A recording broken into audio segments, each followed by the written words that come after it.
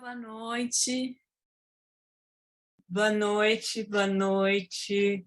Eu sou a Cláudia Belintain, sou curadora e mediadora da Confraria das Lagartixas. A gente está aqui nesse frio de São Paulo. Tem gente que está fora de São Paulo, que eu estou vendo que está toda aí com calorzinho, mas está muito frio. Bem-vindos. A gente está aqui com o Miguelinho, né, com esse menino, com esse olhar mágico, com essa criança maravilhosa, com essa descoberta, né? Com esse menino entrando na vida adulta de uma forma tão dolorida, mas tão sensível, tão bonito. E aqui a gente conta com a participação da Casa Frida, que está com a gente nesse projeto maravilhoso e que vai partilhar com a gente também essa obra maravilhosa. E vamos juntos nesse processo. Daqui a pouco eu vou passar a palavra para vocês. Sejam muito bem-vindos e uma boa noite. Casa Frida, Carla, a palavra é sua. Boa noite, muito frio por aqui. Está sem som. Carla está sem som. Está me ouvindo? Sim, está com som. Sim. Bom, boa noite. Um prazer estar aqui, compartilhando frio e literatura com essa obra lindíssima do Campo Geral, do Guimarães Rosa, para discutir aqui a segunda parte do livro, que a gente dividiu o livro em 3 encontros. E, bom, eu selecionei algumas partes aqui para a gente começar a discussão. A ideia é que a gente faça depois uma roda, né, que a gente possa abrir um pouco a câmera aqui, abrir o coração, né, da gente se aproximar aqui com a história do Miguelinho. E cada um, quem quiser, trazer também a sua percepção, o que foi pensando dessa segunda parte. E acho que agora a gente vai se aproximando da história do Miguelinho, desse menino que tinha uma alma que temia gritos, né? Logo no comecinho da segunda parte, ele muito assustado, achando que ele vai morrer, né? Tendo a impressão de que algo muito sério vai acontecer com ele, que ele vai morrer. Então ele está com os dias contados, e aproveitando os últimos dias de vida, inclusive se permitindo se declarar para a irmã, né? Então dá para a gente pensar aí na questão do incesto também, na obra do Guimarães, quando ele diz que quer se casar com a Adrelina, né? Que é a irmã dele. E como isso vai sendo processado no universo infantil, né? Como a criança não tem muita distinção quem é da família, não tem muita separação também entre os sexos. E o que eu achei muito interessante, que eu queria também escutar o que vocês acharam, é que nessa ideia convicta da morte, o dito irmão, ele chama o seu Aristeu para conversar com o Miguelinho, né? E acho que é uma passagem muito bonita, né? Porque o seu Aristeu, o Aristeu, na mitologia, a história da mitologia, ele é o filho de Apolo, que era e ele era um pastor, protetor dos animais e dos caçadores. E é ele que vai conversar com o Miguelinho para libertar ele dessa sina, né? Dessa convicção que ele tem de que ele vai morrer. E eu achei muito bonito, né? Acho que deixa eu ver qual página que está aqui no meu, mas tem uma música, não sei se é uma música, mas ele diz para ele como uma receita de cura, né? Eu vou e volto, porque se eu for, hei de voltar. Então, acho que, mais uma vez, né, essa receita da cura, né, que ele diz que para ele levantar, que ele está muito bem, né, que ele está ótimo, que não tem nada de errado acontecendo com ele. Mas me vem de novo aquele símbolo do infinito, né? Eu acho que não tem como não pensar nessa analogia com o Grande Sertão, que nós lemos, né, assim, na história do Miguelinho, na história do Grande Sertão, que depois o Guimarães escreve, né? Eu achei lindo, né? E a cura através da fala, né? Que é, enfim, a Casa Frida, né? Que a gente trabalha com luto e com a psicanálise, é uma aposta no poder da palavra, na palavra que cura. E o seu Aristeu, ele só vai conversar com ele, né? E depois disso parece que algo se acalma, que ele volta para a vida, ele volta a viver, sem esses dias contados, né, de que ele está morrendo. Porque se a gente pensar também nessa idade, o processo de crescimento acaba sendo uma morte também, uma morte simbólica, né? Essas descobertas que o Miguelinho vai tendo, é muito bonita essa passagem, né? Que ele queria a paz dos passados, aqui na minha versão está na página 73. O Miguelinho queria a paz dos passados e ele bebia um golinho de velhice. Acho linda essa parte, né? Porque esse beber um golinho de velhice é um processo mesmo de amadurecimento, né? A gente vai deixando a infância para trás, para ir se dando conta desse mundo adulto, e acho que muito bem caracterizado por essa carta, né, do tio Terês, que pede para o Miguelinho entregar para a mãe, né, que a gente pode deduzir que tinha alguma história entre eles, né, da história do Caim e Abel, desse irmão que trai, e a mãe que tinha possivelmente algo com esse tio, e essa aflição do Miguelinho segurando essa carta, né? Então tem umas passagens lindíssimas, né, que ele vai se questionando, e tem uma passagem que ele se pergunta, que ele pergunta para o Dito, para o irmão, como é que a gente sabe o que a gente faz é certo? Né, que eu acho também de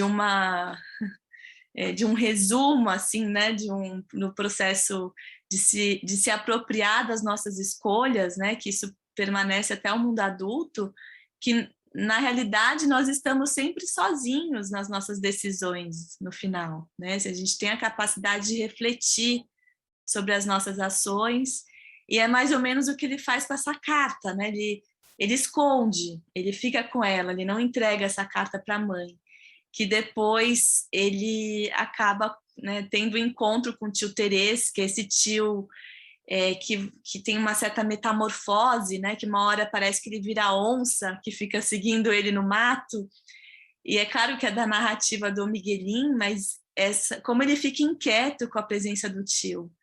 E aí tem uma confissão, né, ele diz para o tio que ele não entregou, e chora, e acha um processo também muito bonito dele conseguir se apropriar de uma ação que ele fez. E ele não conta isso para ninguém, inclusive para o irmão, né? Tamanha era a lealdade dele com esse tio, né?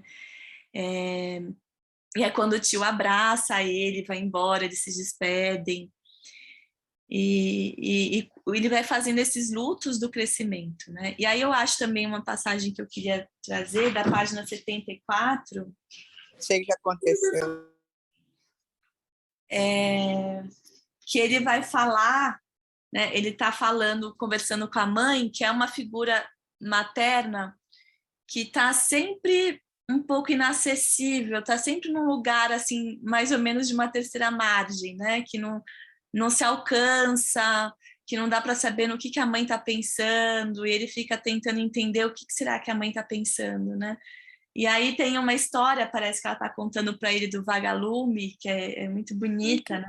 A história do vagalume. E a mãe diz, né, que o lumeio dos vagalumes é um assinado de amor. E aí, em seguida, ele diz, mãe, o que é o mar? Mar era longe, muito longe dali. Espécie de uma lagoa enorme, um mundo d'água sem fim. Mãe mesma nunca tinha avistado o mar, suspirava. Pois, mãe, então o mar é o que a gente tem saudade? Miguelinho parava. Brelina espiava em sonho da janela. Maria Pretinha e a Rosa tinham vindo também. Então, acho que ele fica tentando desvendar, né, o que a mãe sente saudade, né, do que a mãe está pensando, e que se mistura com uma saudade dele também, né, de talvez de conseguir se aproximar mais da mãe, de receber esse carinho dela. E aí, em seguida, tem essa parte do grivo, do surgimento do grivo, que esse menino das palavras sozinhas, né?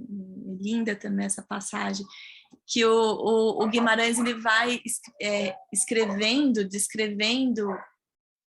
a pobreza, né, que esse menino vive, desse frio, de uma casa em que não tem um teto que não protege, né? Quando chove, ele fica molhado, né? Eu acho que tem total sintonia com o que a gente está vivendo esses dias de muita chuva, não tem como não pensar, né, nas pessoas que moram na rua, enfim, que não têm condições de ter uma casa, de se proteger. E o Guimarães traz essa descrição na história do Grilo, que é muito triste também, mas muito bonita a forma que ele descreve. E aí tem uma série de lutos que eu acho que vem também com a morte do Patori, né, que ele diz que ele morre de fome, e depois com a morte do cão Julim, que eu acho que, para mim, dessa vez, nessa releitura, fiquei muito impactada, assim, a forma que ele escreveu, que está na página 87, dessa violência da morte, né? Como que esse cachorro vai morrendo, do tamanduá bandeira, que eles se abraçam, né? E é uma morte no abraço, e como esse cachorro vai sendo dilacerado por esse tamanduá, né? E é um momento em que ele vê o pai triste, né? Porque é um pai muito autoritário, muito bravo e distante, né? E aí eu fiquei pensando nos lutos, né, que o Diadorim tá cada vez, o tema da morte está muito em evidência, assim, da violência, da morte, da desigualdade, e essa passagem, né, para entender mesmo a forma de pensar, as decisões que ele vai se apropriando, né, já como o menino mais velho, né, o menino que vai cada vez mais tomando esse golinho de velhice. Além desse lugar da mãe, que depois tem um possível outro envolvimento com esse parceiro do pai, né, que eles fazem um passeio juntos quando o pai vai cuidar da questão da morte do Patori, né? Então, tem questões complexas, difíceis do mundo adulto, e ele observando isso, né? Como que ele, criança, vai absorvendo essas situações, né? Então, eu queria trazer um pouco dessa parte para a gente começar a discussão e abrir a roda aqui para a gente se escutar, se ouvir e se esquentar um pouco aqui com a voz de vocês, né? Porque a voz tem uma energia, tem uma potência, tem uma ação, e é muito bom estar participando, né, da ciranda, da gente ter essa ciranda aqui, falar, né, do Campo Geral, do Guimarães Rosa. Então, está aberto para quem quiser trazer reflexões. Quem quiser falar pode levantar a mão, tá? O comando está aqui na base Ah, Leila, bem-vinda, Leila. Boa noite. Tá sem som, Leila, tá sem som, sem som. Ativa o som. Boa noite, Carla, boa noite, Cláudia, boa noite, pessoal. Vamos nos esquentar, né? Como disse a Carla, que está muito frio. Eu estou até com um vinhozinho aqui de lado para curtir, né, nossa conversa. É muito bonito, né, o trecho todo que nós lemos, muito e muito nessa toada, né, do crescimento, né? A Carla falou bastante, eu sinto muito por aí, né? As observações dele, as divisões, né, do que se deve ou não fazer, os medos, né, determinadas situações onde ele se coloca e ele vive sozinho, mais ou menos, nessa questão que ele acha que vai morrer, porque acha que vai morrer. E eu sinto sempre que eu fico muito em sintonia ali com a Carla, porque o trecho que eu tinha assinalado também era aquele dos vagalumes como um todo, que eu achei uma poesia. Mas eu não vou falar disso, não, até porque tem alguns aspectos, né, isoladamente, que me chamaram a atenção. Um é dos medos dele, né? A gente acompanha muito essas vivências, né? do protagonista, os medos e o contato também com a crueldade, não é? Quando ele se dá conta de como os adultos perseguem, né, numa caçada ali o tatu, né, e a fêmea que tenta se defender com as mãozinhas, e como ele considera aquilo tudo muito cruel, perverso mesmo, né? E ele até se propõe, quando se tornar adulto, não fazer isso, né?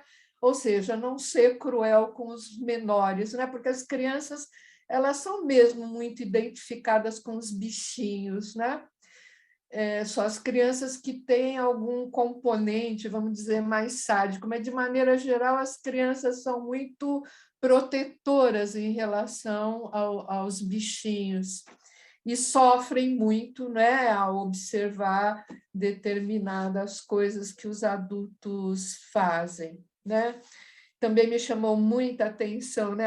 A visita do seu Aristeu realmente é uma festa, né? Porque aquela pessoa que tem essa capacidade, né, enfim, de iluminar, né, de trazer todo mundo para um outro plano, né, de mais energia.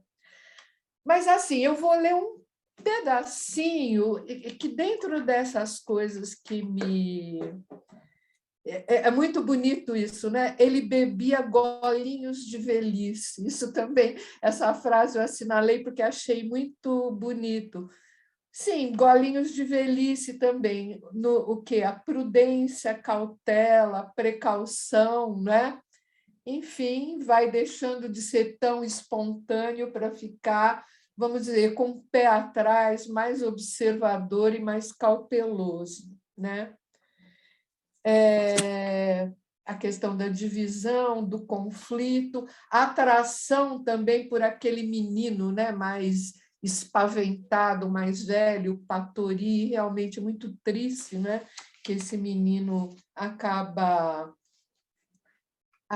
assassinado. Mas, assim, me chamou muita atenção como uma novidade para mim prestar tanta atenção nisso, mas também porque é um elemento que aparece de maneira geral nas histórias, nos romances, e que a gente nem sempre se dá tanto conta. A questão para mim é o seguinte, que essas histórias, de maneira geral, elas se dão sob a égide de um patriarcado ferrado, né?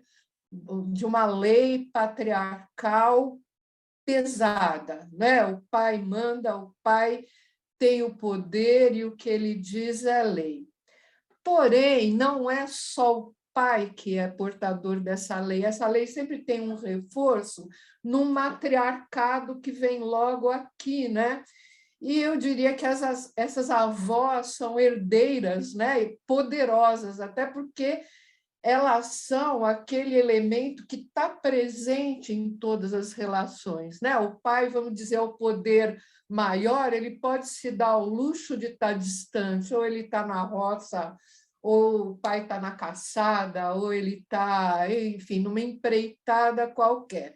Mas a avó, né, representante desta lei, ela está presente, isso é assinalado ali pelos meninos, né? A avó Isidra está fiscalizando, né, tudo que acontece, ela está por dentro de tudo que acontece e ela tem uma voz punitiva mesmo. Ele até ressalta num determinado trecho que ela é boa, mas ela é portadora dessa voz castradora, vamos dizer assim, né? E aí tem um trecho que eu acho muito legal, porque não está nem o pai nem a avó Isidra, né? E aí o grupo inteiro, o grupo familiar, os amigos, experimenta uma felicidade. Então, eu separei um trechinho. Então, diz assim, está na página 84, o segundo parágrafo. Pai largou de mãe o de mão o serviço todo que tinha. Montou a cavalo, então carecia de ir no coxo visitar seu Deográcias, visita de tristezas, né? Porque o menino tinha morrido. Então, aquela noite, sem pai nem vovó Isidra, foi o dia mais bonito de todos. Tinha lua cheia de noitinha. Mãe disse que todos iam executar um passeio, até onde se quisesse, se entendesse. Eita, fomos, assim subindo para lá dos coqueiros. Mãe ia na frente conversando com Luiz Altino. A gente vinha depois com os cavalos de pau. A Chica trouxe uma boneca. A Rosa cantava silêncio de cantigas. Maria Pretinha conversava com o vaqueiro Gé. Até os cachorros vinham, tirante seu nome que esse pai tinha conduzido com ele na viagem. Quando a lua subiu no morro, grandona, os cachorros latiam, latiam, latiam. Mãe Tina tinha ficado em casa, mas ganhou gole de cachaça. Vaqueiro Celuz também ganhou do restilo de pai, mas veio mais a gente. Drelina disse para a lua: lua, luar, lua, luar. Vaqueiro Celuz disse que era o demônio que tinha entrado no corpo do Patori. Mas, enfim, daí as questões continuam, né? Tem uma reflexão aí a respeito do Patori, mas o que eu achei muito bonito que, sem a mão repressiva do pai, né? Sem a presença repressiva do pai, esse reforço da vovó Isidra, é como se eles experimentassem uma alegria que nunca, né, a gente observa em trecho nenhum. Quer dizer, tudo ganha um colorido, os cachorros latem para a lua, eles vão de cavalinho de pau, então é tudo muito bonito. E a mãe experimenta uma autonomia de líder, né? De liderança ali do grupo todo e propõe esse passeio e todo mundo se engaja, né? Nessa liderança feminina mesmo da mãe, eu diria, né? Então, assim, entre tantas coisas incríveis, né? Bonitas, me chamou a atenção por conta de que toda hora a gente está topando, né, com essa matriarca importante, né, que aplica a lei, né, no contexto ali das relações domésticas, até que para que a lei maior, né, do patriarca prevaleça, ainda que na sua ausência, né? Ele pode se ausentar porque tem essa pessoa que é sempre um retrato meio de uma amargura, não é? Castradora. Essa vovó Isidra ali em relação à mãe Tina, né?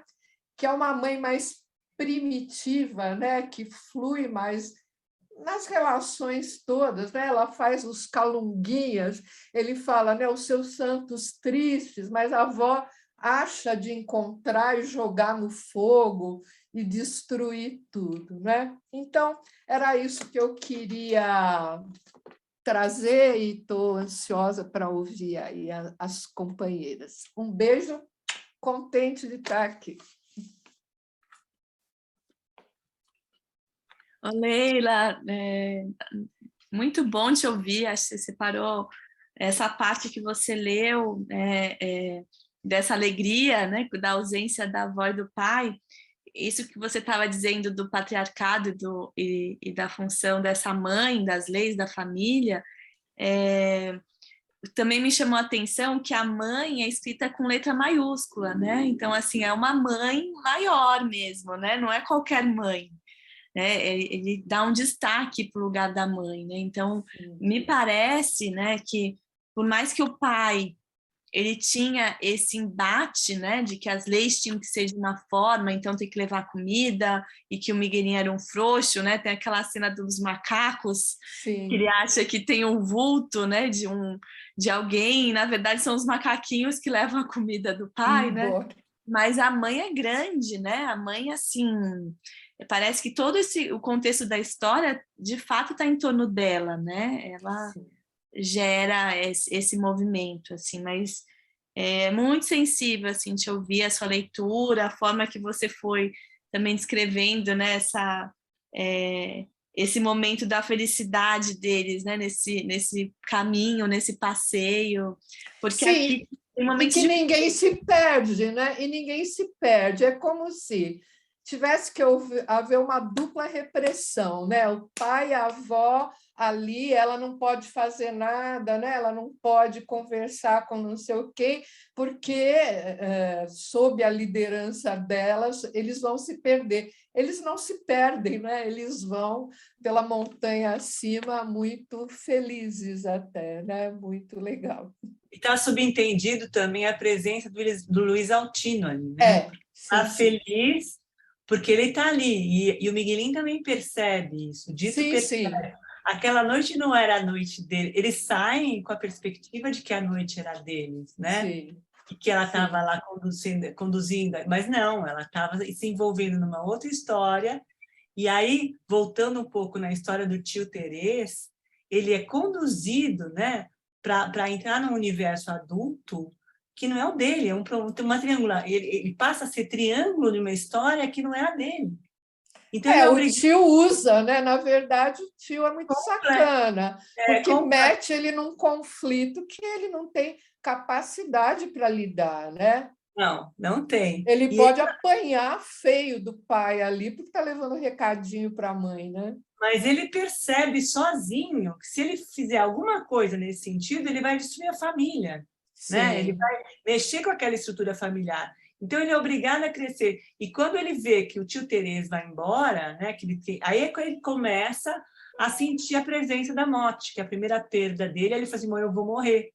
Porque ele tem essa perda desse tio, né, que some, né, que vai embora, e aí ele começa a sentir a presença da morte, né? E aí coloca na cabecinha dele que ele vai morrer. E aí ele começa a ter uma outra visão da vida também, né? A ver a vida, apesar da miopia, né, do Miguelinho, ele começa a entrar na vida de uma outra forma. Mas essa noite é maravilhosa, mas no final...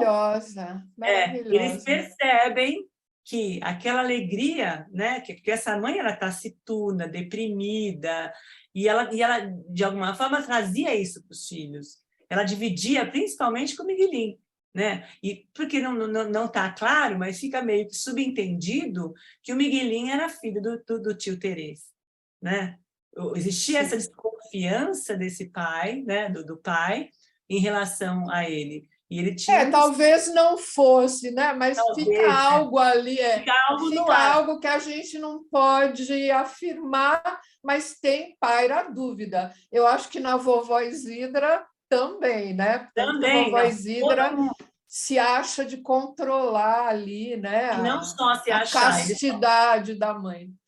Ele só vai embora. Atenção que a mãe dela era prostituta. E ele vai embora porque ela pede. Então, ali está claro que ela bota ele para fora. Sim, né? os dois tiveram um caso, nitidamente. E aí, quando o Luiz Altino entra em cena, quer dizer, ela vai jogando a rede. E o Miguelinho está participando desse processo. Então, eu acho interessante, adorei, Leila, que você trouxe a oralidade. Quem tiver uma passagem do livro, mesmo que seja repetida e quiser ler, é tão bom ouvir alguém, né? Você empresta a tua emoção, o teu sentimento para a passagem. A Carla leu, a Leila leu. Quem quiser ler, por favor, leia. Nem que não falem nada, mas que leiam, né? Que é gostoso da gente ouvir algo que tocou vocês. Mas eu convido vocês para isso. Mas eu acho extremamente importante o peso do Miguelinho de carregar essa história, uma história que não é dele.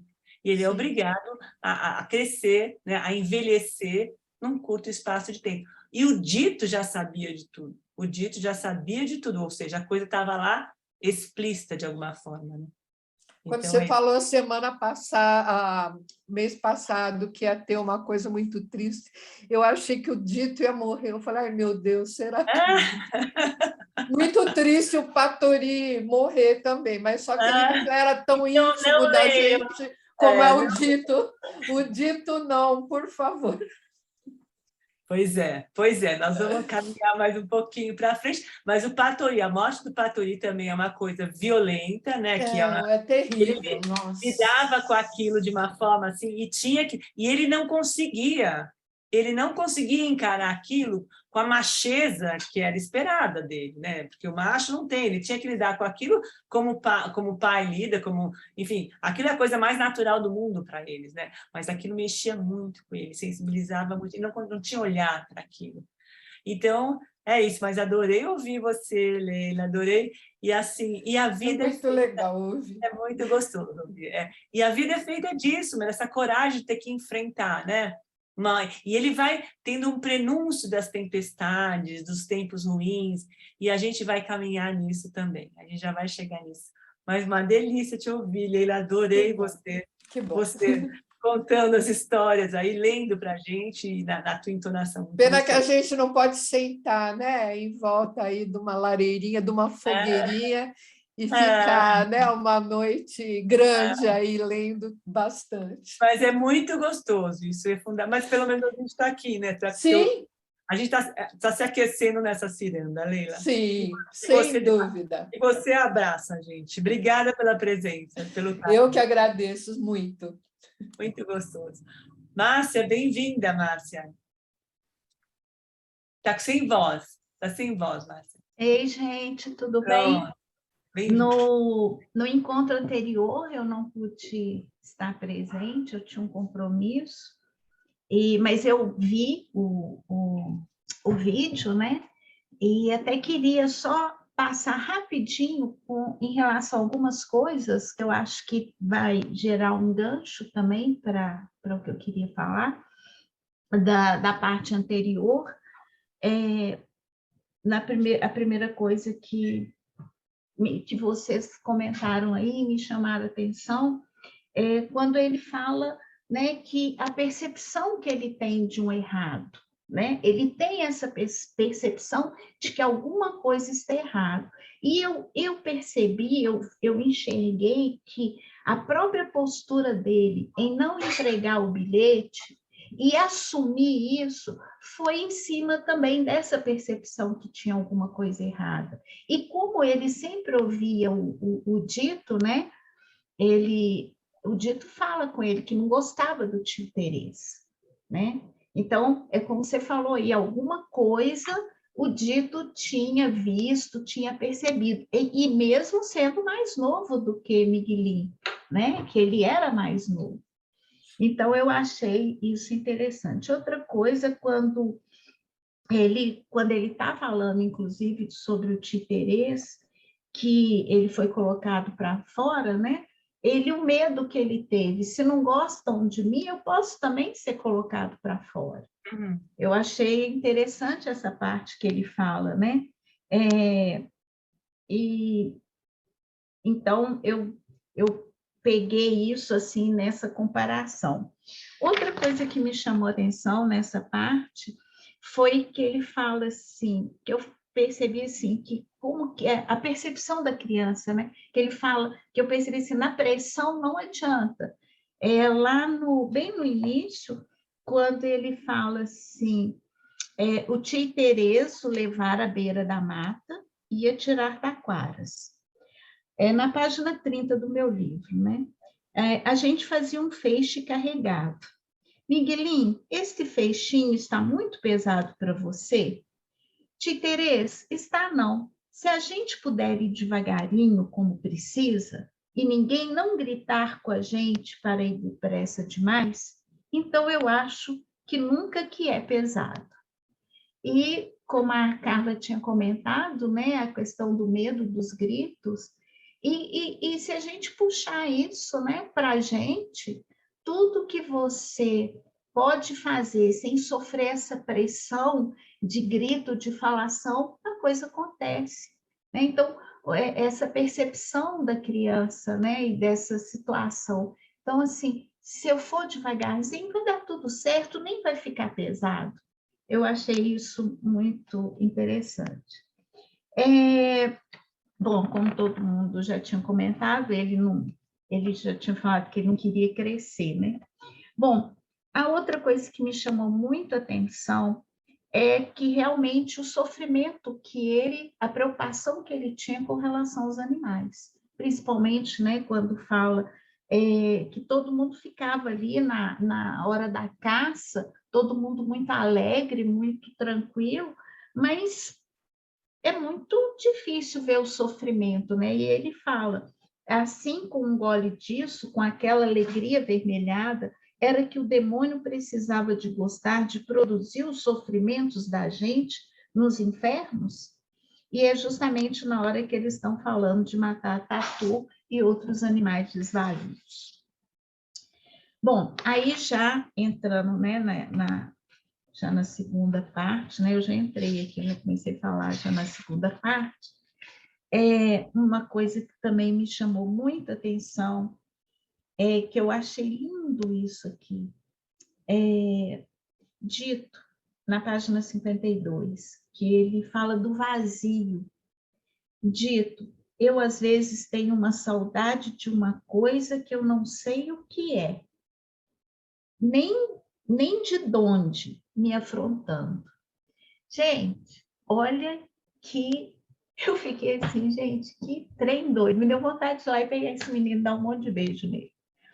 Ele falar, quer dizer, ele não percebia, né, esse vazio que ele carregava ali dentro dele. Ele tinha uma saudade que ele também não sabia de quê, né? E eu achei isso tão forte, né? Essa expressão, se todas as crianças hoje conseguissem expressar assim, eu acho que a gente teria muito menos crianças deprimidas, né? Porque ele se expressa, ele fala lá do fundo do que ele estava sentindo, lá no âmago, para falar disso, né? Ele tem uma saudade que ele nem sabe o que é, né? Quer dizer, tem um vazio ali dentro, eu entendi assim. E uma outra coisa, quando vocês falaram da mãe dele também, né? Ela exercia um poder, né? Quando o marido saía, e a avó, em que ela liberou geral, mas com controle e com cuidado e com a atenção para esses meninos, né? Que é o momento lá da história do vagalume. E lá no início da história ela fala que aquele monte lá, que ela não lembro se ela falou montanha ou aquele monte, separa ela de algum lugar que ela não conhece. Então essa mãe, eu vi essa mãe com muito desejosa de desbravar e de conhecer outras coisas. E daí dá para entender até essa questão dela com o tio Terês e com como é que ele chama? Luiz Altino. Luiz Altino, né? Então, assim, ela via muito mais, ela via muito além daquilo ali, que somente o marido vivia aquele mundo ali, né? Ela via muito mais, ela queria muito mais. E eu acho que o Miguelinho, ele ia caminhando nisso, e o Dito, muitas vezes, ele segurava, né? Porque o Dito era maduro. O Dito que dava umas dicas para ele, né? Não, Miguelinho, não, isso assim, ele falava cada coisa, gente, que doido, né? O que tanto, e o nome dele, né, Dito, eu achei muito interessante. Deixa eu falar mais uma outra coisa que... Deixa eu achar aqui, gente, só um minutinho. A questão do bilhete, né, da dúvida do bilhete, e ele vai questionando, perguntando todo mundo, e dali ele foi buscando material e respaldo, até mesmo para a própria atitude dele. Eu entrego ou não entrego esse bilhete para minha mãe? Então, ele foi buscando, né? Ele não agiu, ele olha só, um menino de 8 anos, ele de uma certa forma ele refletiu, ele tirou as conclusões dele e agiu como ele percebeu que deveria ser o certo, né? Que o certo dentro daqueles padrões morais, né? Era não entregar o bilhete. Eu fiquei pensando, será que eu entregaria? Acho que se eu tivesse com muita raiva do meu pai, entregaria. E eu vivi isso, assim, de uma certa forma na minha infância. A minha mãe é que me dava a autonomia não, me dava permissão para fazer as coisas, para sair com os amiguinhos, para dormir na casa da colega, porque meu pai nunca deixava. Então, existia uma relação minha com ela de segredo. Quando eu tinha namoradinho, eu contava para ela, mas meu pai não podia nem imaginar. Então, é mais ou menos uma questão dele com a mãe, tanto que ele tinha muito mais carinho com a mãe. Quando ele chega, depois que ele foi crismado, ele queria era estar com a mãe, e o pai ficou puto, né? Ele não dava confiança para ele. E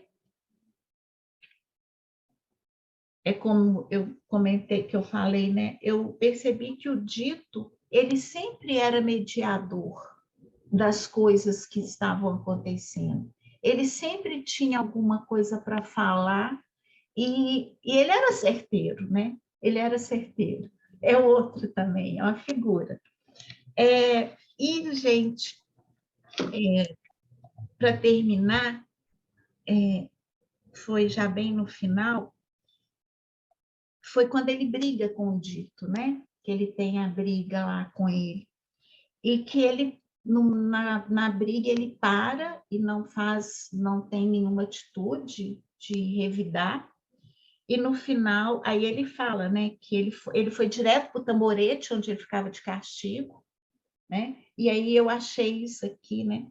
A vergonha que sentia era assim, como se ele tivesse sobrado de repente ruim, leve demais, a modo que todo esvaziado.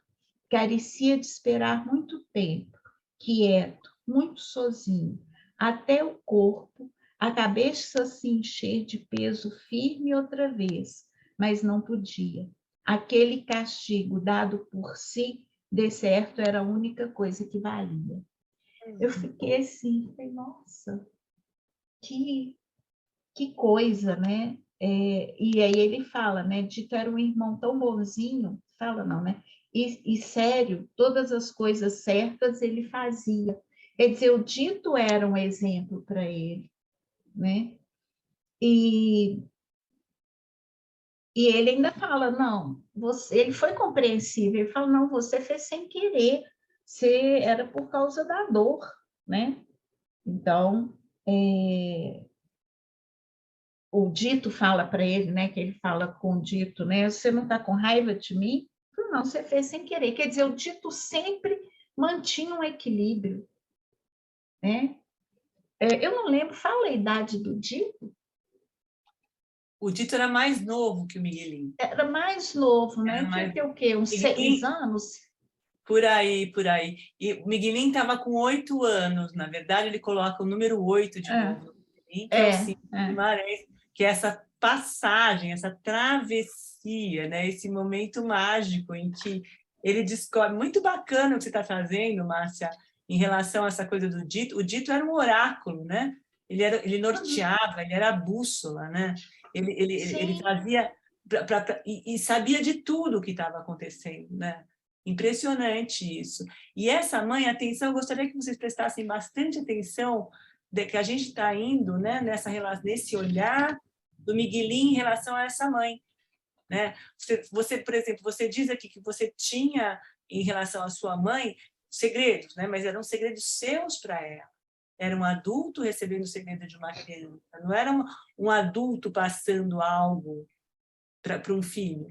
Então, ele começa de uma forma, com o olhar, e ele vai amadurecendo isso, o Miguelinho. E é linda essa travessia, essa passagem, como Guimarães alinhava como ele não deixa nada de fora dos processos, né? É muito bonito, né? E aí, de repente, ele olha para o pai também, e ele percebe que esse pai ama essa mãe também, né? Ele tem essa sensação, ele tem esse insight. Sim, ele fala isso, inclusive, acho que tem algum momento. E só para finalizar, gente, uma outra parte, quando depois que a mãe está falando do vagalume, né? E aí ele vira e fala assim, que a mãe fala, um vagalume se apaga descendo ao fundo do mar. Aí ele fala, mãe, o que é o mar, mãe? Mar era longe, muito longe dali, espécie de uma lagoa enorme, um mundo d'água sem fim. Mãe mesmo nunca tinha avistado o mar, suspirava. Pois, mãe, então é o mar, pois, mãe, então mar é o que a gente tem saudade? Eu achei assim que aí é aquela coisa que ele falou lá atrás, né? O vazio, que ele tinha uma saudade de uma coisa que ele não sabia o que era. E eu acho que quando ele fala que a gente tem saudade, ele coloca a mãe ali também, né? Porque a mãe falou para ele, aquela montanha, eu imagino que aquilo ali me separa de muita coisa. Ou então, era isso, coisinhas pequenininhas aqui que eu percebi, que eu fiquei assim muito encantada. Se a gente vai mexendo mais, a gente vai encontrando, né, gente? Se tiver uma segunda leitura, a coisa vai supitando aqui. Muito obrigada. Esse é o grande também do Guimarães, né, Márcia? A gente ficar embaixo de cada pedrinha tem uma história, tem um brilho, um vagalume para a gente poder olhar, né? Importante você trazer essa mãe também, porque essa mãe, ela queria, ela era uma inquieta, ela não se satisfazia com nada. Era uma Madame Bovary, ela não estava ali. Ela estava pensando numa outra vida, ela não pisava na realidade, ela não conseguia encarar aquela realidade. E esse vazio, que é importante você trazer agora, porque desde cedo a gente sente, desde cedo a gente quer preencher esse vazio. A criança sente o vazio, a gente sente o vazio, né? Esse vazio da existência, que aí você começa a olhar para o mundo e fazer perguntas, né? E contestar as coisas que estão ao seu redor. E é bacana você trazer essa coisa da criança, porque a criança não tem mais isso, né? Esse vazio da existência hoje é preenchido com um celular na mão, com um iPad, enfim, eles não têm esse tempo de reflexão. Eles não têm essa capacidade, esse olhar, né? Você vê uma criança que está lá no meio da roça, no meio de uma coisa árida, está lá florescendo interiormente, né? Isso é muito bacana, mas porque tem essa coisa do ócio de poder olhar para dentro de si e sentir este vazio. Hoje, quando uma criança sente um vazio, ela tem que ser medicada. Exatamente, exatamente. É uma situação, inclusive eu estou com um sobrinho que está com problema, e eu moro numa zona rural, né? E eu percebo, assim, o pessoal que mora nas comunidades quilombolas aqui perto, eles, agora que chegou aqui um pouco a internet, mas, assim, a sabedoria deles, né, a formiga está indo, voltando, a formiga está fazendo esse movimento por causa disso, por causa daquilo, porque aqui ele tem um momento que ele fala das formigas, né, que tem uma questão da formiga. E é muito incrível, porque a oportunidade que eles têm, até mesmo de prestar atenção, né? E eles trazem essa sabedoria, prestar atenção, e talvez, eu acho que isso remete muito para o preenchimento desse vazio. Você preenche com outras coisas que geram crescimento e acabam gerando uma maturidade em relação à vida, né? Então é isso, gente. Ô, Márcia, eu queria só fazer um comentário também da sua fala, que na minha impressão, nesse trecho que você trouxe, eu também sublinhei, e logo em seguida, né, quando ele está perguntando o que é saudade, né, disso que está além, da questão do mar, que volta também mar, então é o que a gente...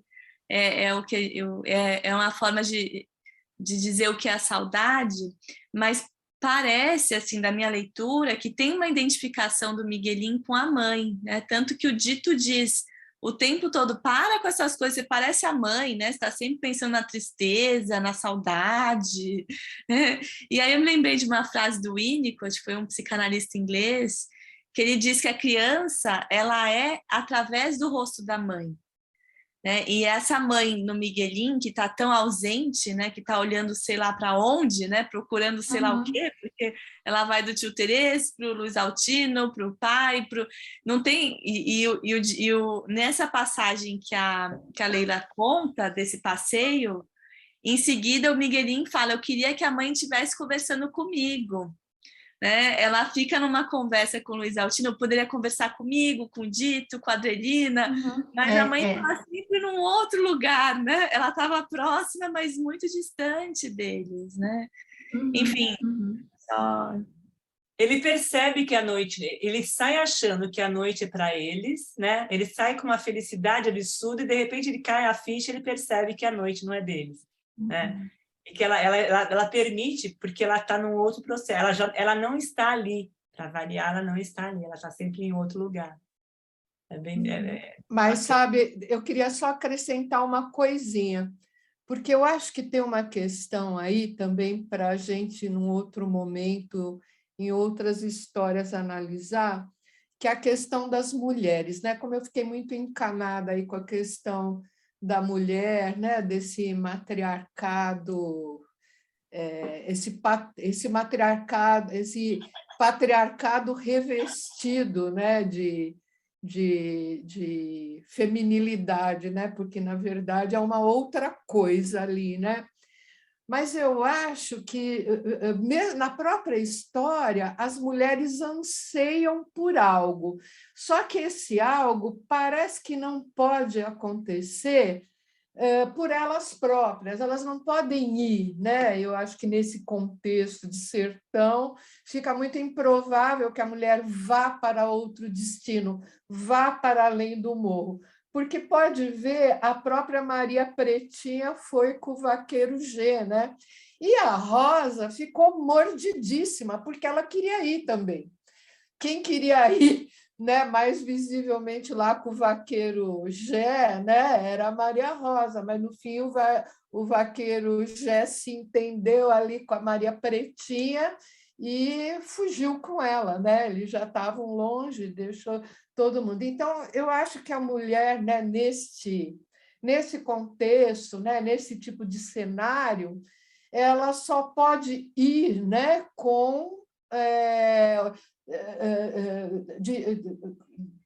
quando o homem a leva junto para um outro mundo, para além da montanha, senão ela fica, né? Eu acho que aí essa posição são para a gente analisar as posições das mulheres ali, né? Ou ela fica com o olhar perdido sempre, né? E perde um pouco do entorno, e tem valor quem tem essa capacidade de levá-la mais além, né? Para além da montanha. Ou ela fica, né?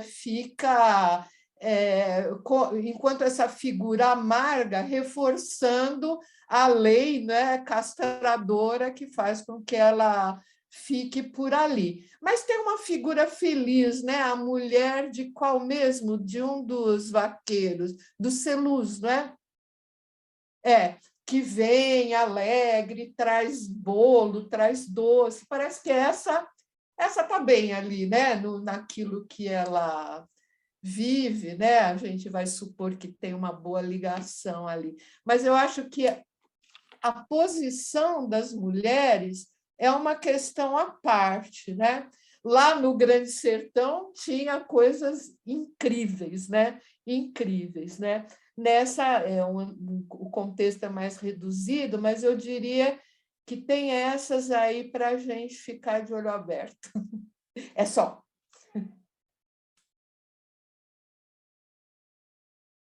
Obrigada. Tinha alguém querendo falar? Acho que a Adriana queria falar. Adriana. Eu acho que assim, boa noite primeiro, né? Boa noite. Eu já até me senti contemplada aí com a fala da Leila, depois da Márcia, mas eu não estou com o meu livro aqui, eu acabei tendo que vir substituir uma pessoa e acabei viajando, Mas uma das anotações que eu fiz era justamente isso, está tendo um post-it aqui, né?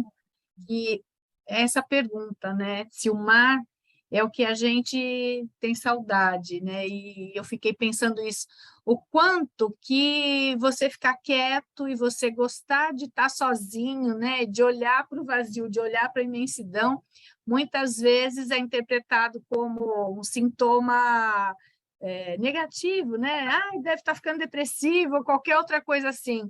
Mas às vezes a gente sente saudade, nem sei de quê, né? De alguma coisa, um buraco, um vazio, alguma coisa. E eu fiquei pensando o quanto que meu marido faleceu recentemente, e mesmo depois de 36 anos, a gente ainda era a melhor companhia um do outro, e o quanto que eu sinto vontade de contemplar o mar, né? Então, parece que o mar ele representa para mim a imensidão que é esse buraco, né? Essa saudade, eu não sei explicar, mas eu não estou infeliz, eu não estou triste, eu só estou com saudade, né? Então, eu já tinha lido essa obra, sei lá, uns 30 e poucos anos atrás, mas eu não tinha maturidade mesmo para entender coisas que eu estou relendo e que às vezes eu podia até mais rápido, mas que eu tenho que voltar 2, 3 vezes, e às vezes eu choro lendo, porque tem feito muito sentido para mim. Era só isso que eu queria compartilhar, e a hora que a Márcia foi falando, isso ficou muito forte, né? E me trouxe também um pouco do livro dos abraços, né, do Galeano, quando o Diego pergunta para o pai, né, me ajuda, né, a olhar o mar, né? Então, foi isso. Obrigada.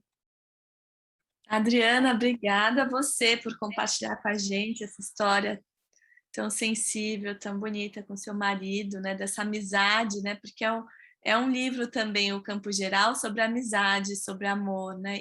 E acho que a amizade, ela transcende, né? Acho que o que fica mesmo para um amor ser construído é esse companheirismo que você está dizendo, da amizade, do estar junto. E acho que você faz essa analogia com o mar, dessa imensidão.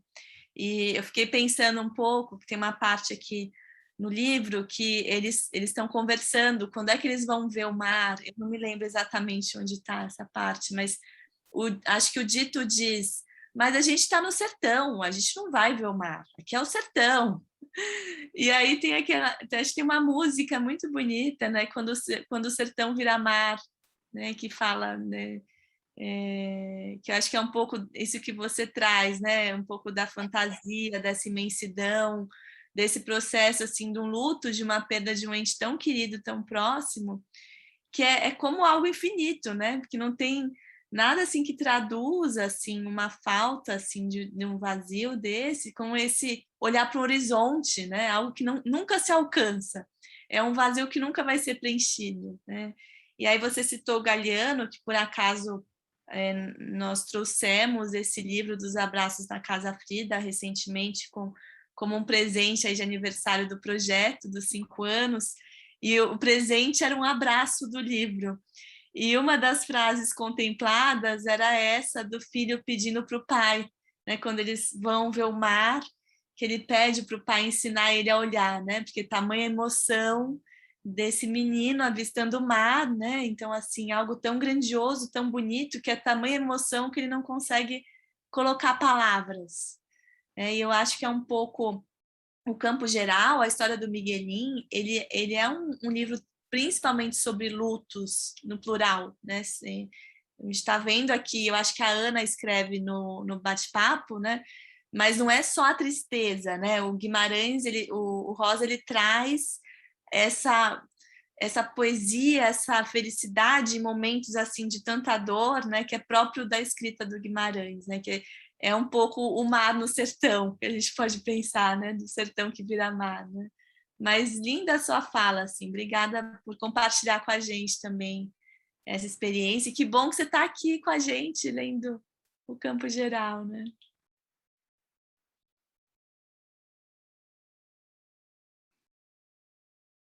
Obrigada, Adriana, pela contribuição, pela fala, pela voz. É tão bom, a gente se emociona. A vida é a gente preenche o vazio também com a história do outro, né? E com a emoção do outro.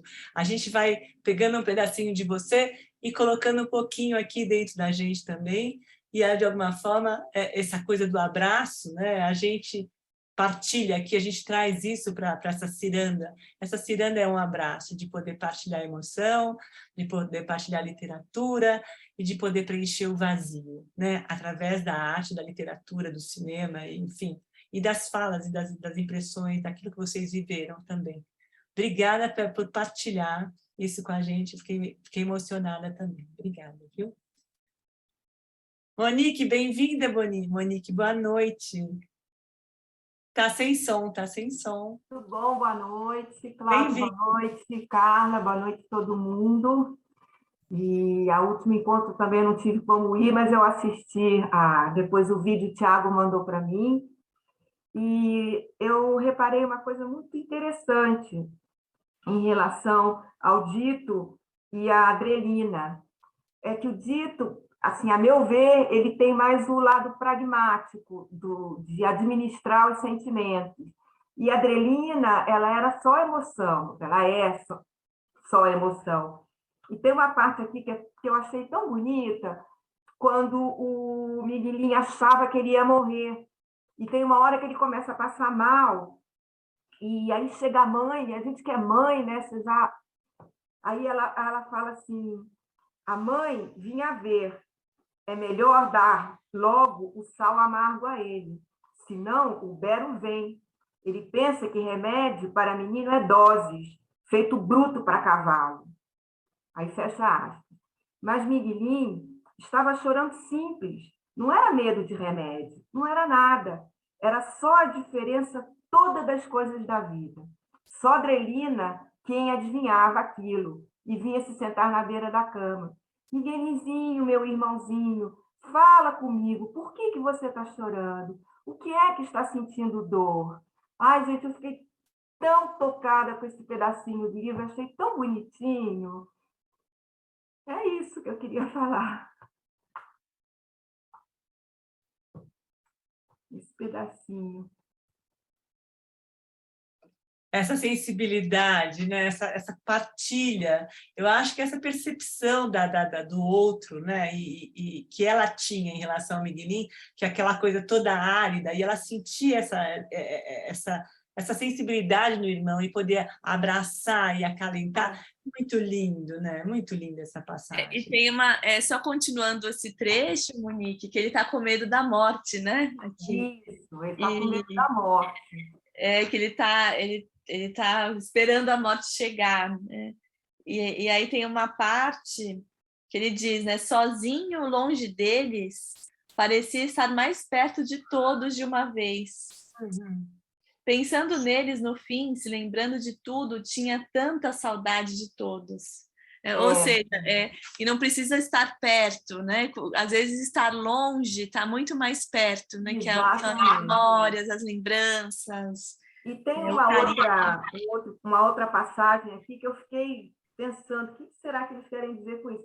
Na hora que vão chamar a mãe, aí ela fala assim, mãe, acorde ligeiro, o Miguelinho está dando excesso. O que será que significa esse dando excesso? Será que é uma crise de ansiedade? Ou eu fiquei com isso na cabeça, o que é esse excesso, né? O que será que significa esse excesso que ele está dando? Eu fiquei com a impressão, não sei o que vocês acharam, mas parece que ele estava convicto que ele ia morrer, né? Tava. E ele fica repetindo o nome da Nhanina, né? E aí parece que ele está ali numa despedida, né? Então parece que esse excesso, esse auge de uma possível alucinação dele, né? Com a morte, e que de fato ele está morrendo, porque aí entra o seu Aristeu em seguida, que vai curar ele com as palavras. Ai, tão lindo, gente, que coisa mais linda. É isso, essa partezinha que eu quis selecionar, porque eu achei tão bonitinho. Obrigada, gente, por ouvir. Imagina, Monique, obrigada a você. Se fosse hoje, as pessoas iam falar que ele já estava tendo uma crise de pânico. Isso, eu ia dar um Rivotril para ele e pronto. O Rivotril resolveu o problema dele. Mas percebam que essas viagens em relação à nossa vida, em relação às crianças, né? Porque todo mundo busca a felicidade, não? Por que você está assim? Não, você não pode ficar recluso, que a Adriana trouxe isso para a gente. Às vezes a gente está recluso, está lá, num processo que é nosso, que também é meio melancólico, mas não deixa de estar alimentando a nossa história, não deixa de estar preenchendo a nossa história. E as pessoas não permitem, não pode, você tem que estar feliz, você tem que estar lá sorrindo, pilhada num outro... A gente precisa de tempo, né? A gente precisa desse ato, a gente precisa de fato sentir esse vazio, né? E entender por que ele existe. E quando a gente se dá conta da morte, da finitude, porque hoje ninguém fala sobre perda, ninguém fala sobre... Imagina, isso, de forma alguma, não se pode falar nisso, porque vai chamar a história e ela acaba acontecendo, mas todo mundo, a gente perde todos os dias. A gente se depara... E as pessoas falam, bola para frente, vira a página, sabe assim, eu acho isso uma falta de respeito quando a pessoa está passando por uma situação, você fala, bola para frente, entendeu? Eu acho muito desrespeitoso isso. É verdade, é verdade, porque você não... ninguém tem tempo de sentir a dor, porque a dor vira um processo de doença agora, não, ele está doente, precisa tomar alguma coisa para parar de sentir, né? É impressionante isso, eu acho... Importante o Guimarães trazer. Algo morria, né? Ele estava crescendo. Crescer é uma forma de morrer também, diversas vezes, né? E entrando no universo dos adultos também, que ele estava vendo que aquele tio, né, a história da mãe, ele estava se deparando com um mundo que não era, estava se desmontando um processo, estava numa fase de transformação, de transição. Isso é extremamente dolorido. Então, desde que a gente nasce, a gente sai de um lugar para ir para outro. Vou lá voltar na alma imoral, né? Aquele espaço se torna pequeno e ele se sente pequeno, ele se sente oprimido. E ele precisa renascer novamente. E essa passagem é muito dolorosa. A gente também, o tempo todo, está mudando de fase, mudando de opinião. O nosso corpo está se alterando. E a gente tem que ficar lidando com essas perdas, né? É mais um dia que está acontecendo. Fala, Thelma. Eu só queria fazer um comentário da fala do senhor Aristeu, antes de passar aqui para Maria José também. Desculpa te interromper, Cláudia, mas imagina. É que o senhor Aristeu ele chega de um jeito tão lúdico na história, né? Ele está ali no cavalinho, o Dito sai correndo, né, para o senhor Aristeu salvar o Miguelinho desse excesso, né, que ele está vivendo, né, dessa convicção da morte. E é tão bonito que ele diz que era um homem que parecia desinventado de uma história. É maravilhoso, né? Então, assim, e ele chega alegre, sorrindo, e conversa, né? Ele é um homem muito bonito, alto, e ele chega de uma forma meio lúdica, se aproximando do Miguelinho, e vai nomeando as partes do corpo dele, vai falando dos animais, o quanto parece que ele vai dando contorno, né, para esse menino que está tão angustiado, né, com esse crescimento dele. E tem uma partezinha que ele diz, levanta, você tá tudo bem, ligeiro, levanta. Aí ele diz, o Miguelinho, mas eu ainda posso morrer. Aí ele, só se for daqui uns 70 anos. Eu também uma vez morri. Morri sim, mas acho que foi morte de ida e volta. A gente morre várias vezes na vida mesmo, né? Assim, seja pelo crescimento, seja pela perda de alguém querido que a gente atravessa, né? São mortes que a gente vai vivendo durante a vida, né? Mas tem esse levantar e seguir, né? Que ele diz, levanta, Miguelinho, né? Tem essa voz que convoca, né, ele para a vida. Eu acho lindíssimo isso, muito bonito. Maria José, boa noite, bem-vinda. Boa noite, que bom que está aqui, né? A gente é muito bom, ainda mais com o Guimarães Rosa e ainda mais com o Miguelinho, né? O Miguelinho, quando está doente, eu acho tão bonitinho, que ele fala, tá bom, vou fazer uma promessa. Aí ele fala, não, mas eu vou fazer o contrário da promessa, eu já vou pagar antes, né? Porque aí eu já... E como ele fica fazendo, né? Raciocinando sobre as questões metafísicas todas. Eu falo assim, não, se eu não morrer dentro de 3 dias, aí ele fala, não, 3 dias é pouco. Como essa negociação que ele vai fazendo com a vida e com o processo, tá? Eu sei que eu vou perder, mas peraí, pode ser mais tarde um pouquinho, né? E um outro momento maravilhoso, além de todos esses que todo mundo já levantou, eu me emociono muito com o Miguelinho, me dá um beijinho, né? Que ela ensina o Papaco Paco a falar, Miguelinho, me dá um beijinho, né? Eu acho de um carinho que, e, no fundo, eu acho que era tudo que o Miguelinho queria, né? Era tudo que ele precisava mesmo. E talvez, né, com essa mãe que não conseguia mostrar caminhos para ele, né? Um pai autoritário, uma questão, assim, uma fragilidade de ver, tudo isso que o Miguelinho vai aprender, a perda do tio Tereza e tudo. Mas uma coisa me lembrou muito o Grande Sertão, que a questão, lembra da mandioca brava, da mandioca boa e da mandioca brava, né? E no finalzinho aqui que ele faz assim, mas de noite, no canto da cama, o dito formava a resposta. Gente, o dito era demais, né? O que era esse dito, né? Que ditinho mais... Acho que todo mundo quer um dito na vida, né? Que vai ajudando a gente a enxergar. O ruim tem raiva do bom e do ruim. O bom tem pena do ruim e do bom. Assim está certo. E os outros, dito, a gente mesmo, o dito não sabia. Só se quem é bronco carece de ter raiva de quem não é bronco. Eles acham que é moleza, não gostam. Eles têm medo que aquilo pegue e amoleça nós mesmos com bondades. Que coisa mais bonita, que coisa mais linda. E é exatamente isso, né? Não é com a violência, não é com a raiva, não é com a força, não é nada disso que nos transforma, não é nada disso que faz a gente se humanizar, é a bondade, né? Ele fala, tem medo de que aquilo pegue e amoleça neles mesmos, com bondades. E ele diz, e a gente, dito? A gente cresce, uai, né? Simples, a gente cresce.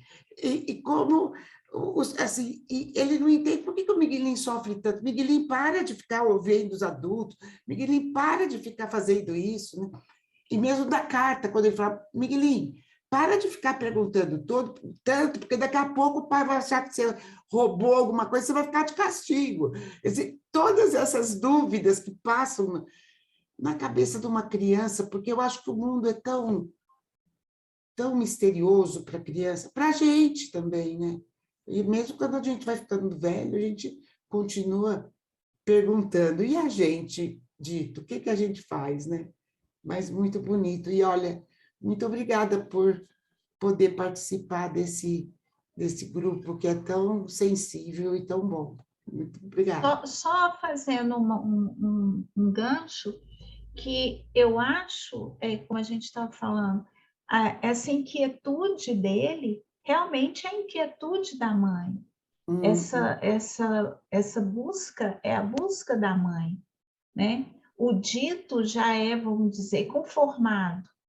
Ele entrou dentro daquela caixa ali e ele tem a resposta para tudo, né? Então, não fica procurando muita coisa, não.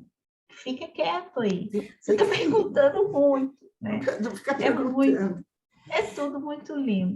Não, e outra coisa que é tão bonita, né, nesse livro é a presença da vovó Isidra e da mãe Tina. Eu acho que as duas fazem o que é a religião, para que ela serve? Para você ficar no quarto escuro, rezando, falando de Caim e Abel, mandando todo mundo embora, tendo que tomar café amargo, o café fraquinho, tão gostoso, só a vovó Isidra e o papai que gosta, e o pai que gosta desse café, né? E a mãe Tina, que fala aquela língua primitiva, e quando o Miguelinho sofre, ela abraça, e ele não entende o que ela fala, mas ele sabe que são palavras de amor. É a coisa mais bonita. Como que o Guimarães Rosa escreveu Miguelinho, não é, gente? Como que ele escreveu o que ele escreveu? E Maria José tem uma parte aqui, que nessa edição é na página 73, que ele também diz, né, que podia ser brava, podia ser mansa. Voltando nessa analogia da mandioca brava, da mandioca. Não é? Coisa bonita. Como nós somos tudo isso, né? Muito lindo. Muito bom, Maria José, como nós somos tudo isso, né? Eu também quero um dito para mim, vai. Não é bom, gente, a gente precisa de um dito. Ele sabe tudo. Que lindo, adorei a frase, adorei. É muito abraço, na verdade, né? Como diz a Adriana, é abraço, né? A gente se sente muito abraço. é muito gostoso. E essa coisa da religião, né, essa coisa do catolicismo, aquela coisa dura, né, o pecado, né, o castigo, o amor é completamente diferente dessa coisa cruel da religião dura, né, da coisa do café amargo, né, na verdade. O amor cura tudo, eu acho, de alguma forma. É completamente diferente. Muito bacana, Maria José, muito bacana. Carla, quer falar mais alguma coisa com a Maria José? Não, adorei ouvir vocês. É gostoso ouvir, né? Muito bom. Agora eu vou chamar a Marie. Marie, boa noite. A Marie, eu acho que entrou agora no grupo, Marie, eu já estava antes. Já estava. Já estava. Bem-vinda. Agora vamos ouvir, né? A visão da Marie. Estava aqui ansiosa quando eu te vi na sala. Eu falei, eu vou ouvir ela falar, porque é uma visão diferente da nossa história e eu queria te ouvir um pouquinho. Bem-vinda, boa noite. Boa noite. Bom, eu entendi que o livro, ele falava de a vida de um garoto chamado Miguelinho, sobre os desafios que ele enfrentava, né, com o pai, a mãe, o tio, os avós e etc, né. Um trecho que eu gostei bastante do livro foi o trecho de quando o tio Terês falou para ele entregar a carta para a mãe dele. E ele se sentiu como se ele não sabia o que estava acontecendo, ele nem pensou em bisbilhotar a carta. Ele só sentiu que aquilo não era bom, que não era certo fazer isso às escondidas. Porque dava para perceber que isso era às escondidas. Porque ele chamou no canto, ele falou baixo, então dava para entender. Aí ele simplesmente escondeu por um tempinho, né? Ele escondeu, depois ele resolveu contar, né? Se sentiu à vontade para contar. E o que, por exemplo, se fosse, por exemplo, com o pai dele, que queria entregar a carta para outra pessoa, o pai dele ia ficar estressado, ia ficar bravo, né? Porque o pai a gente vê que é uma forma mais estressada, uma forma mais agressiva.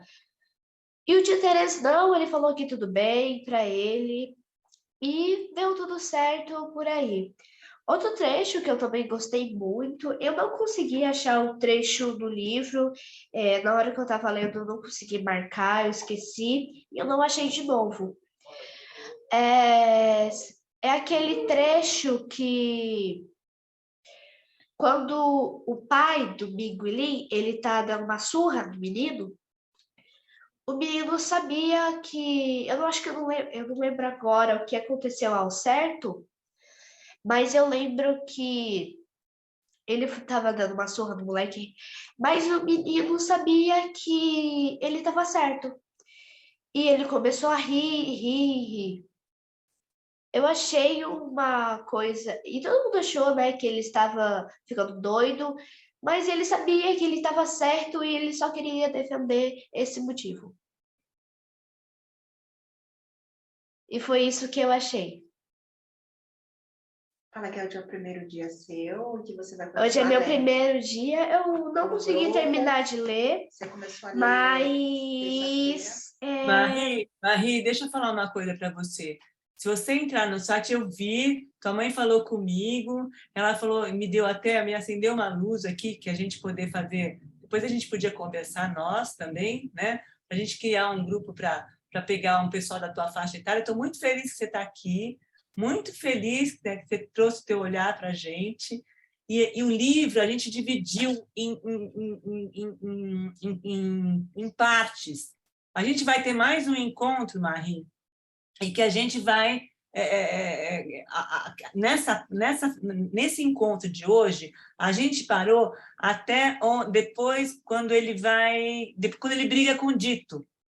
Só até ali. Aí, mais para frente, agora a gente vai até o final do livro. Pelo que eu estou vendo, você já leu, bacana você já ter lido o livro, que bom que você gostou, que bom que você enxergou essa coisa dele se manter, né, naquela briga com o pai, que é um pouquinho mais para frente, ele se manter íntegro, se manter com ele, né? Aquilo não afetou a vida dele. Estou muito feliz de você estar aqui. Achei muito bacana. Bem-vinda à confraria. Tem o nosso site lá, acompanhe. Se tiver dificuldade, deixa teu telefone aqui, a gente entra em contato com você e te ajuda nesse processo, entendeu? Porque tem os encontros do YouTube, acho que eu já falei com a sua mãe sobre isso, e aí isso tudo fica gravado, às vezes a gente perde alguma coisa e a gente pode acompanhar por lá, entendeu? E a gente vai ter mais um encontro do livro agora, a gente não finalizou o livro, e a gente vai ter esse último encontro no próximo mês, que acontece na última quinta-feira, Marie. Mas eu estou muito feliz de você estar aqui. Que delícia te ouvir, né? Ouvir a tua visão da história. Muito bacana. Carla? Marie, adorei te ouvir. A Monique quer falar aqui também, mas só para dizer assim, que acho que você traz uma fala do quanto ele se mantém numa posição, né? O Miguelinho, ele toma uma decisão e não entrega a carta do tio, né? Então, assim, por mais que tem todo um pedido do tio para entregar a carta, ele se mantém firme no que ele decide seguir, né? E acho que essa parte te chamou a atenção, assim, a forma que ele se colocou, a forma que ele trouxe, né, manteve essa integridade dele na decisão. Então, e é muito bom ouvir sua voz aqui com a gente também. Bem-vinda. Obrigada. E a gente vai estar te esperando na próxima, viu? Na finalização do livro. Monique, tá? pode falar. Pode falar. Obrigada pela presença, Marie. Boa noite. Boa noite. Eu amei essa ideia de chamar jovens. Eu achei um espetáculo. Eu trabalho numa biblioteca infanto-juvenil na comunidade de Paraisópolis. E eu vejo que tem jovens que gostam muito de literatura e que você sente que eles gostam e que são pessoas que, se tiver a oportunidade, eles vão deslanchar nessa linha. Eu até me proponho, se vocês fizerem isso mesmo, eu até me proponho apadrinhar 2 ou 3 que eu tenho assim no coração. Eu sei que são leitores assim, fugazes e nossa, eu amei essa ideia. E é bom para a gente que a gente também tenha uma visão diferente. Achei ótimo. Vamos fazer, Monique. Eu acho que para janeiro, quer dizer, eu não sei onde é que eu vou achar tempo para essa coisa toda. Mas vamos fazer. Eu acho, a gente já tinha pensado, né, na casinha Frida, a gente tinha pensado nesse projeto anteriormente, mas é uma demanda muito grande, né, para criar essa estrutura, para pensar no projeto, para poder partilhar com as pessoas. Não é uma tarefa fácil, mas eu acho que a criança é fundamental trazer essa criança para cá, a criança ou adolescente, enfim, que a pessoa que... Uma delícia, quando a mãe dela falou assim, puxa, fiquei honrada, né, que a mãe da Marie entrou em contato, eu falei, puxa, por favor, né, mas ela vai ser muito bem-vinda, e a gente criar, e a Marie também, se está aqui me ouvindo, Marie, a gente podia trocar, deixa teu telefone, Monique, também você entra em contato comigo, você tem meu contato. Eu acho que não, mas eu pego com o Thiago, pode ser? Fala com o Thiago, pode. E aí a gente pode partilhar isso, eu estou aqui para isso, eu acho uma delícia a gente trazer para esse universo. Eu fiquei muito impactada quando ela falou que a Marie queria participar, e eu estou vendo a carinha dela ali. Foi por isso que eu te perguntei, Marie, a primeira vez você está no grupo, porque eu estava querendo saber se você ia participar, né? Mas eu tive desde o começo, eu fiquei toda feliz que você está na sala. Então, vamos botar isso para frente. Se você quiser ajudar a gente, Marie, nisso também, você pode participar junto, tá bom? É uma aposta no futuro, né? No novo. Não, e eu tô tão surpresa de ver o interesse de jovens na literatura, é uma coisa que me deixa tão feliz. Então, nossa, dou a maior força.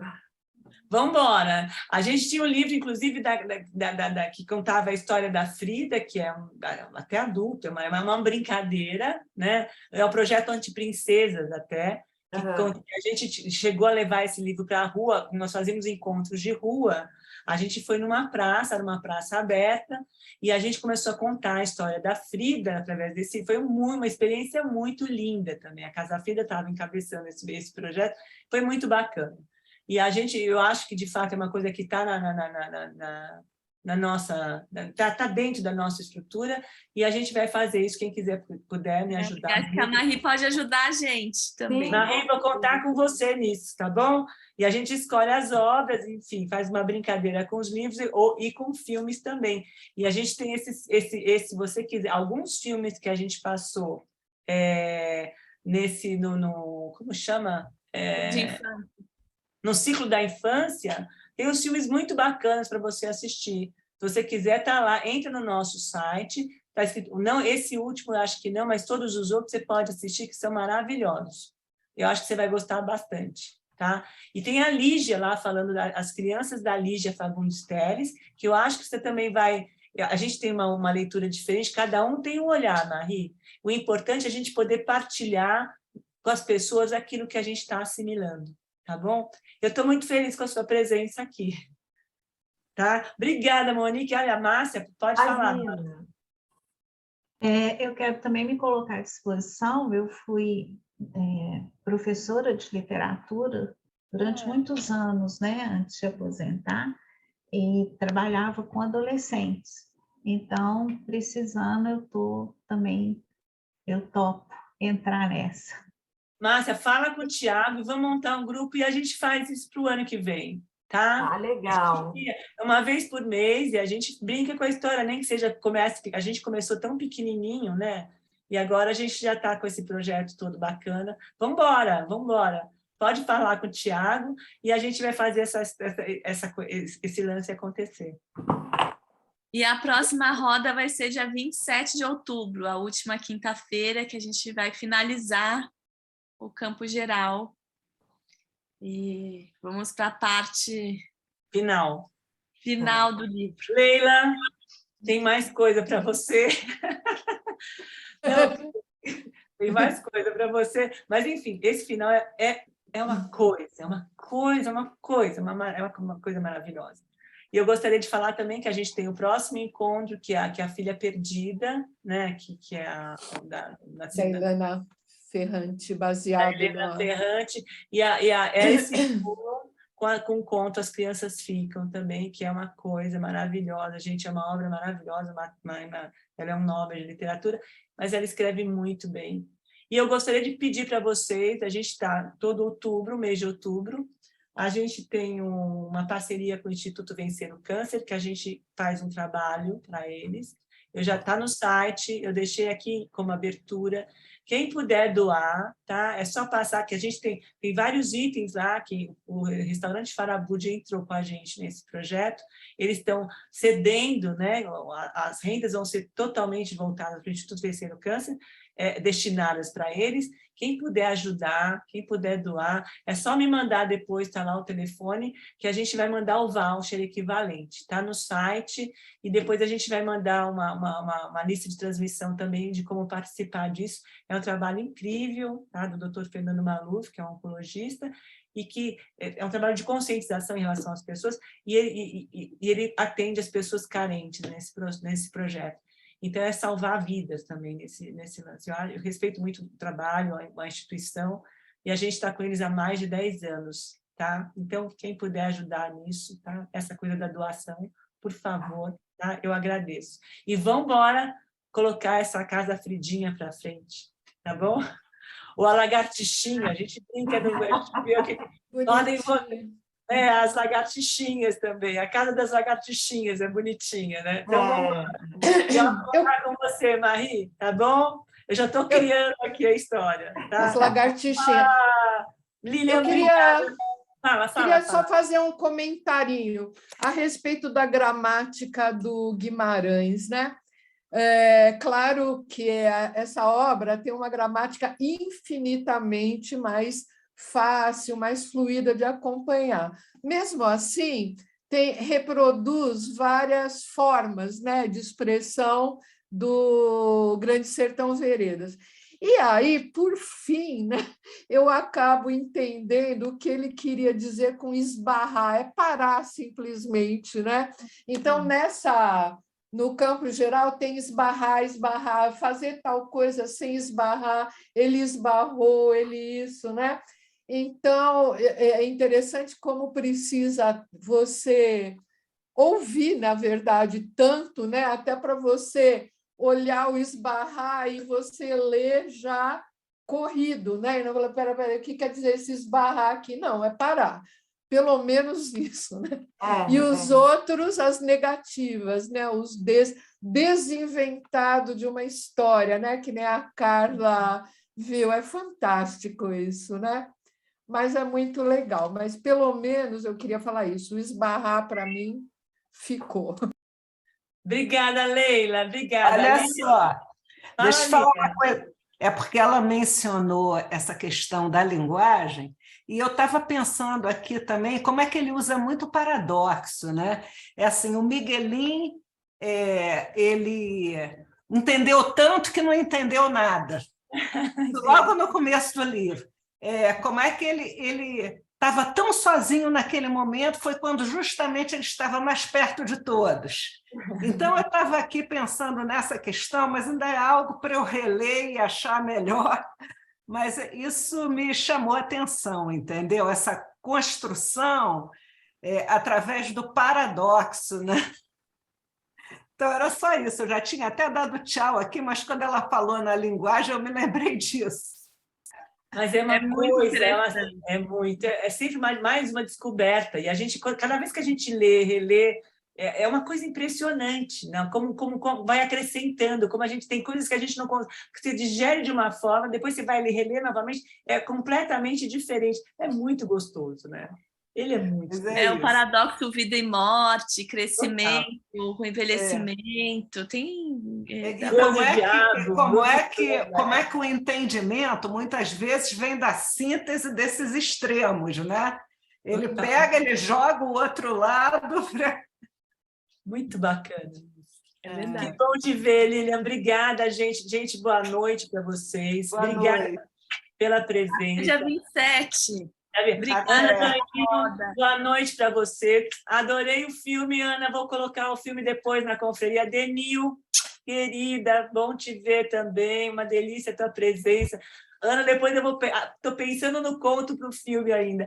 Delícia, uma delícia estar com vocês, gente. Obrigada, Monique, obrigada, Lília, Yolanda, Adriana, delícia te ouvir. Leila, querida, Maria José, Márcia, estou esperando. Zuleika, obrigada. Cris, beijo para você também, pode me ajudar nisso também, né, Cris? Depois, se quiser, a gente faz um trabalho juntas também, tá bom? Tá? Uma delícia, trabalha como bibliotecária, uma delícia. Marie, estou te esperando. Beijo para você, Edneia, boa noite. E uma boa noite para vocês. Suzana, gente, obrigada pelo carinho, pela presença, por aquecer o coração da gente, por trazer o Miguelinho, esses olhares, cada um de vocês com esses olhares do Miguelinho. Uma delícia, muito bom. Obrigada, gente, pelo carinho, pela presença. Tudo de bom, uma boa noite. Maria do Socorro, obrigada, gente, obrigada. Uma boa noite. Casa Frida, beijo. Boa noite para vocês. Tchau, confraria.